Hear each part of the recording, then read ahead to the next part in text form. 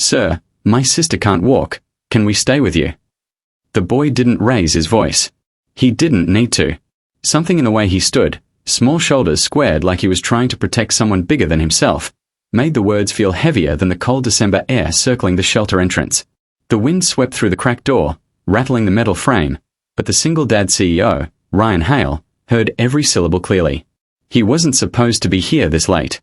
He had planned to drop off the last box of coats with his son, Liam, then head home to start their quiet Christmas Eve. But one moment of hesitation, his son tugging at his sleeve wanting to hand out the coats himself, had kept them a little longer. Just long enough for a soft voice to find him. Ryan turned. A boy of about 9 stood there with trembling hands shoved into his 2 big hoodie sleeves. His face wasn't dirty or unkempt, just tired. Bone-deep tired. And behind him, wrapped in a thin blanket decorated with faded yellow stars, sat a little girl in a wheelchair. Her hair was tied in a tiny ponytail that leaned sideways, the elastic stretched from overuse. She held a stuffed rabbit with one ear missing. Her fingers curled around it like she was afraid it, too, would leave. Ryan felt something inside him pause. Not break, pause. The same way I had years ago before life pushed him somewhere he wasn't expecting. His son, Liam, squeezed his hand and whispered, "Dad, she looks cold." Ryan crouched a little, instinctive, the way a father does when he senses a child's need. "What did you say, buddy?" Liam nodded toward the girl. Her hands are shaking. They were. Small, fragile hands. Not from fear, just from being too long in the kind of cold that gets under skin and stays there. The boy noticed Ryan's attention shift and stepped protectively closer to his sister.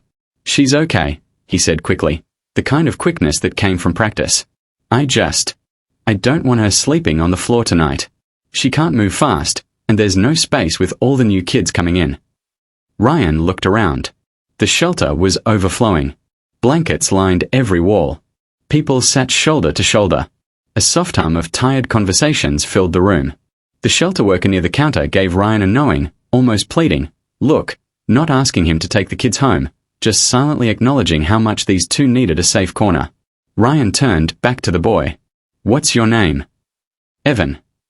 He swallowed. "And this is my sister, Lily." Lily blinked up at Ryan, her eyes wide and glossy, not from tears, but from the kind of exhaustion children shouldn't understand. Ryan lowered himself until he was eye level with Evan. "Evan, where's your mom?" Evan's breath hitched, but he stood straighter. "She went to look for a place to work. She said she'd be back yesterday. Maybe she couldn't find us. Maybe." His voice trailed off, not wanting to say anything that might scare his sister. "I just want her to be somewhere warm tonight." Ryan felt the old memories whisper at the edges of his mind. Years of being a kid who understood adult problems too early. He inhaled slowly before asking, "Has anyone come to check on you too?" The shelter worker answered quietly from behind him. "We've been watching them. But we are full tonight. They need a place without noise. The girl's body gets stiff if she's on the floor too long." Evan's voice softened. "I don't want someone else taking her. She gets scared." He pressed his lips together. "Please, just for tonight. I'll help with anything. I can clean or carry stuff. I'm strong." Ryan studied him, not just the fear, but the determination. The kid was trying to be a whole adult at 9 years old. He felt Liam move beside him. His son stepped in front of Evan and extended his hand the same way he did in school when he wanted to make friends. "I'm Liam," he said simply. "If you stay with us tonight, you can have hot chocolate." The offer was innocent, honest, spoken without understanding the weight of what Evan had asked for. For a brief second, Ryan saw a flicker of longing pass across Evan's face. Not for chocolate, for safety. Ryan stood quietly, letting the moment breathe, letting himself feel that tug inside his chest. Something about these siblings felt familiar, not because of their situation, but because of the way they held onto each other. He knew that feeling. He had been that older brother once, long before life took him in another direction. He crouched again, this time closer. "Evan," he said gently, "if I help you tonight, you have to let me carry your sister to the car. It's freezing out." Evan hesitated. His eyes darted to Lily, then to Liam, then back to Ryan. It was a silent conversation. Trust, fear, the weight of responsibility mixing inside a child too young to carry it. Finally, he nodded. "Okay." Ryan approached Lily slowly, careful not to startle her.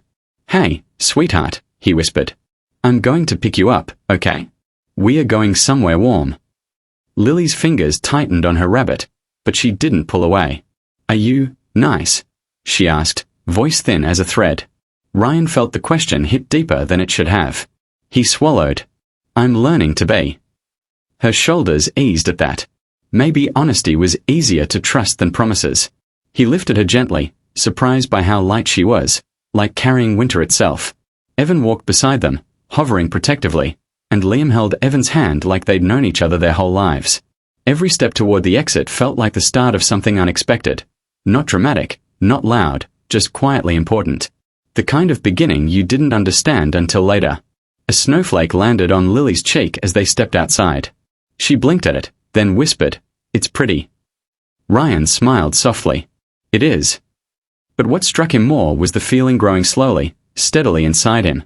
The sense that tonight was connecting pieces of his life he didn't even realize were missing. Not conflict. Not rescue. Just a quiet crossing of paths that felt strangely right. And as he opened the car door, helping Lily settle into the seat, he couldn't shake the thought that maybe he wasn't the one giving shelter tonight. Maybe he was receiving something too. Something he hadn't let himself hope for in years. A chance, not to solve anyone's life, but to let theirs touch his in a way that made the cold December night feel a little less lonely. Ryan's home felt different the moment they stepped inside, not because anything had changed in the living room, but because the presence of two new children shifted the air in a way he didn't expect. Lily's eyes widened first. She stared at the soft lighting, the gentle glow of the Christmas tree, and the quiet hum of warmth filling the room like a blanket she had never felt enough of. You can put her here, Liam said, hurrying ahead and patting the couch with both hands, as if proudly presenting the best seat in the world. Ryan lowered Lily gently onto the cushions. The way she relaxed instantly told him more about her life than any explanation could. Children instinctively melted into safety. They didn't analyze it, they recognized it. Evan didn't sit. He stood beside the couch, hands clasped tightly, like he was afraid this moment would vanish if he blinked too long. His eyes moved from the tree to the shelves to the framed photo of Ryan and Liam at a beach. Simple things that suddenly seemed luxurious to a boy who had learned to survive with almost nothing. You hungry? Ryan asked again, though he could already guess the answer from the way Evan kept glancing toward the kitchen door. Evan opened his mouth to deny it, reflex, but the rumble in his stomach betrayed him exactly as before. He froze, embarrassed. Liam laughed softly. Dad, he's definitely hungry. Ryan didn't tease. He didn't comment. He simply placed a gentle hand on Evan's shoulder. You don't have to pretend here. I'll bring something warm. Evan's ears turned pink at the kindness, and Ryan walked to the kitchen, taking a slow breath. He wasn't overwhelmed, just aware that something unplanned, unexpected, and quietly important was unfolding. Minutes later he returned with 2 steaming bowls of soup, slices of warm bread, and hot chocolate topped with tiny marshmallows.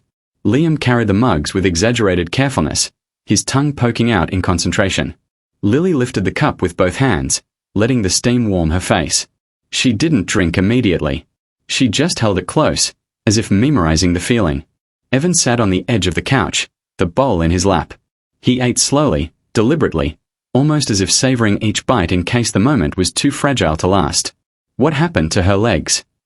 Liam asked, gently and innocently. No pity, just curiosity. Evan brushed his thumb along the rim of his bowl.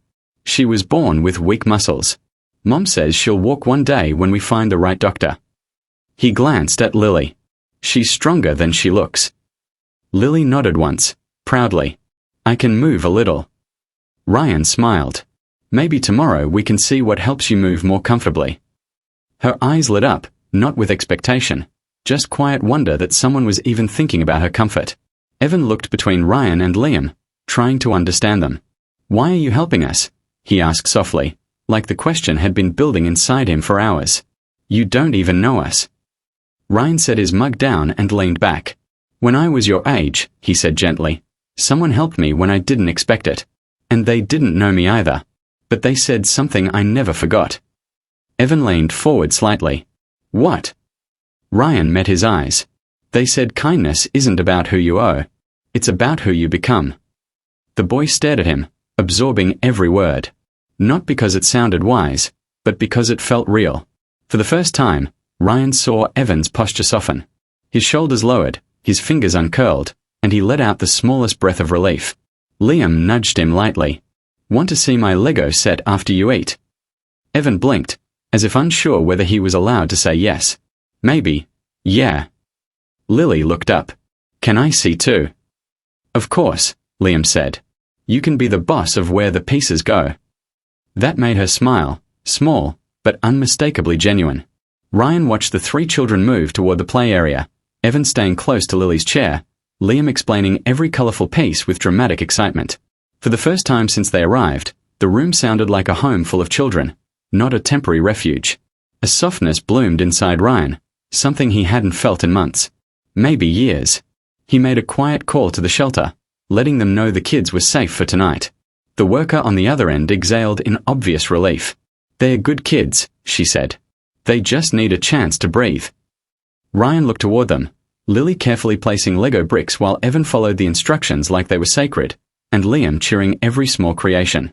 "Yeah," he murmured. "I can see that." Later, when the evening settled into a gentle calm, Ryan prepared 2 sleeping arrangements, one on the fold-out sofa and one on the recliner. Nothing fancy. Just soft blankets and warm pillows. Lily was growing sleepy, her head tilting to one side. Ryan lifted her again, slow and steady, and she let out a tiny sigh as she rested against his chest. "Does it hurt?" he asked quietly. "No," she whispered.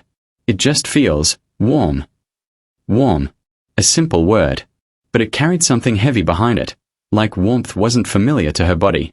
As he placed her gently onto the recliner, Evan hovered nearby. "She sleeps better if someone sits close," he said, afraid to overstep but unable to hide the truth.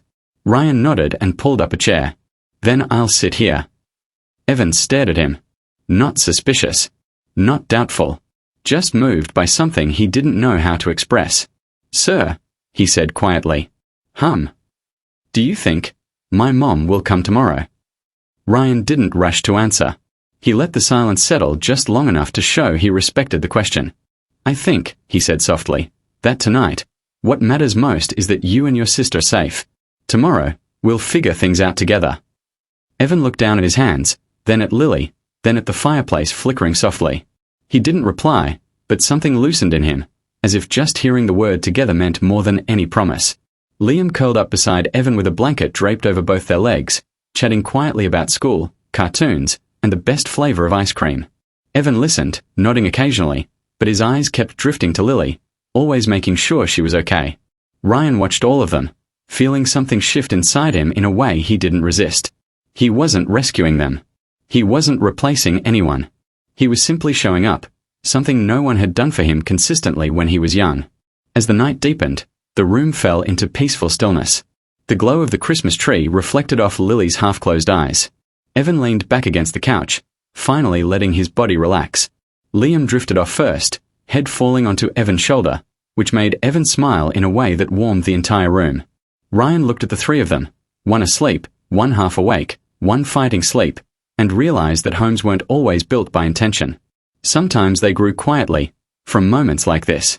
Soft, simple, unexpected. And as he watched the children sleep, he felt a gentle pull toward something new. Not conflict. Not pressure. Just possibility. A forward-moving warmth that whispered clearly. This night wasn't the end of anything. It was the start of something they all needed, even if none of them had been looking for it.